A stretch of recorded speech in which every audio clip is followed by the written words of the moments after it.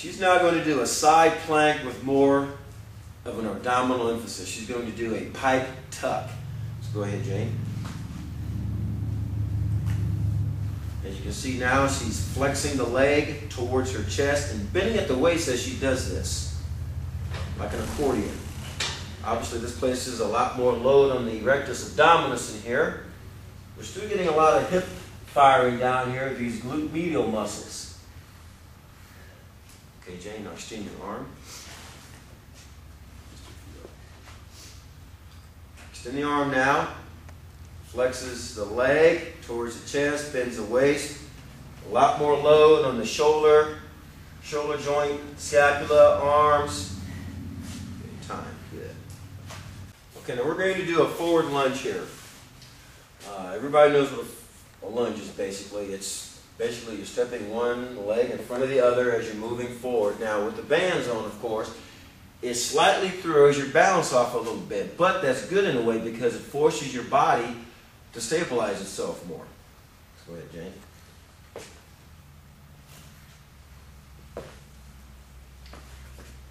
You want to keep the back nice and straight as you're doing it, perpendicular to the floor. Breathe. Inhale, exhale.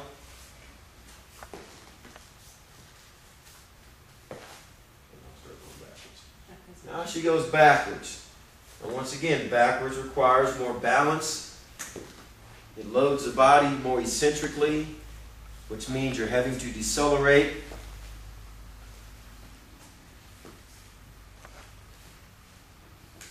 Backward lunging is very, very good for the hamstrings because the hamstrings are the main decelerators of the legs. Okay, very good. Let's do some jumping jacks. Just get right in front of Marlon here. We're going to do a good old-fashioned exercise called jumping jacks. Go ahead. Now, obviously, this is going to load her legs more with those bands on. Now, this is pretty easy for her. For someone who's exceptionally strong, add more bands. It's going to give you a heck of a hip workout. So you're working those hips once again, working those calf muscles. Let's have you run in place, Jenny. Now we're running in place. Now I do this a lot with athletes that I train as well. Strengthen those hip flexors. It also works those abdominals because abdominals are important for lifting up those legs for hip flexion. Okay, time to skip in place. Skipping. More coordinated movement. Once again, hitting those abs, which are important for hip flexion. Take time. Good. Let's start. Okay, Jane's going to do what we call a step up. This is about a 20-inch box. I'm having her come down exceptionally slow because as you're coming down, you're going with gravity. That's part of that deceleration, loading the legs more eccentrically, getting the hamstrings involved more, getting the quadriceps involved more.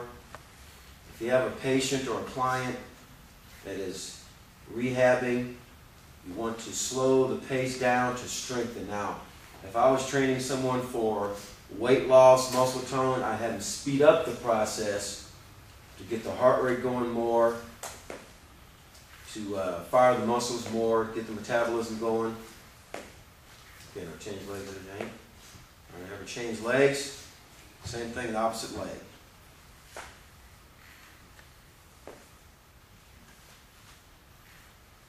Going at a real slow tempo. Knee up. Comes up to the top, she lifts the knee up. Get some activation through the midsection here, the rectus abdominis, hip flexors. You don't have to face more on your sideways. Go ahead. Now she's going laterally on the box. Step across the box. There you go. Step up, step down. There you go. All the way down? Now keep one foot on there. There you go. Keep one foot on there. Now she's going laterally across the box. Now we're really loading these outside hips here. The glute medius. It's also working those inner leg muscles called the adductors. Because as she's going down, the adductors are working. As you're stepping up, Those glutes are working because you're extending the hip and the knee. Very, very good exercise right here. Okay, Jane, now do a ball. Now she's going to hold a 10-pound ball. Go. So we just add a little bit more load to the body by doing this. Loads the quads more, loads those glutes, loads those hips, loads those adductors. Okay, now face towards the garage door again, do step-ups again. Now we go the opposite way again, step-ups. Place more load on a single leg at a time, those quadriceps and hamstrings. Okay,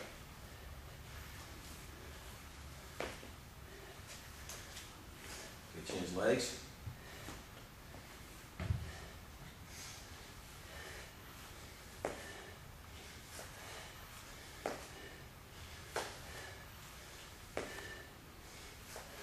If you have somebody, one of your patients or clients that has a knee issue, some sort of contraindication of a knee problem, I would not probably use too high of a box. It can place a little bit of load on the knee joint. Okay, time is good, Jane. Very good. Go ahead, Jane. Crossovers.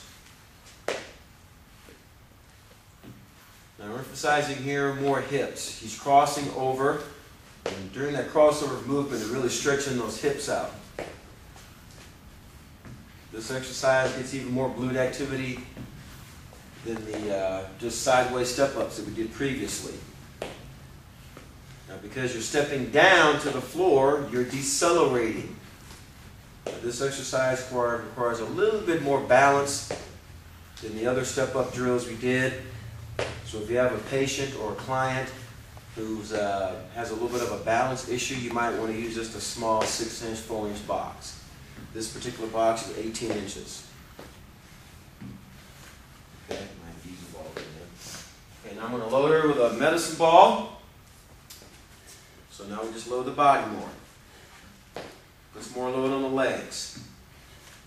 With those bands working, trust me, those hips are getting a pretty good workout.